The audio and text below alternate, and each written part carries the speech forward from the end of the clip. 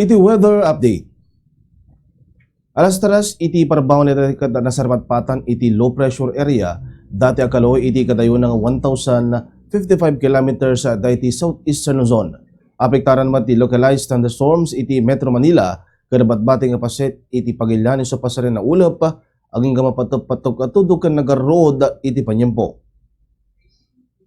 Dagiti na dumado mga temperatura iti lugar iti pagilyan iti Viga na 26 degrees Celsius, Tokigaraw 27 degrees Celsius, kaniti Baguio City 22 degrees Celsius.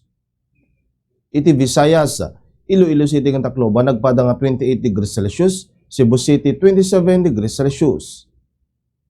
Iti Mindanao, iti Cagayan de Oro kan Davao City agpada nga 26 degrees Celsius, iti General Santos City 27 degrees Celsius.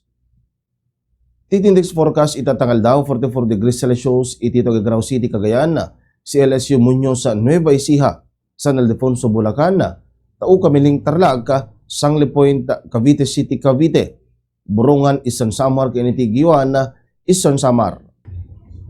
43 degrees Celsius iti ISU Ittiaga Isabela, Kasiguran na Aurora, Ambulong Tanawan Batangas, San Jose, Occidental Mindoro, Puerto Princesa City Palawan, Legazpi City Albay, kaniti Iloilo City Iloilo.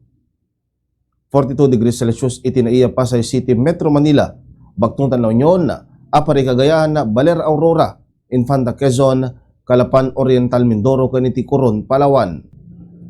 Simising tinit alas 5:28 tibigat ketlumnek inton rabi alas 6:17.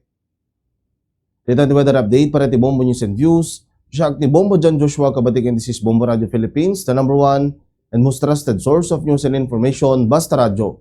Bombo!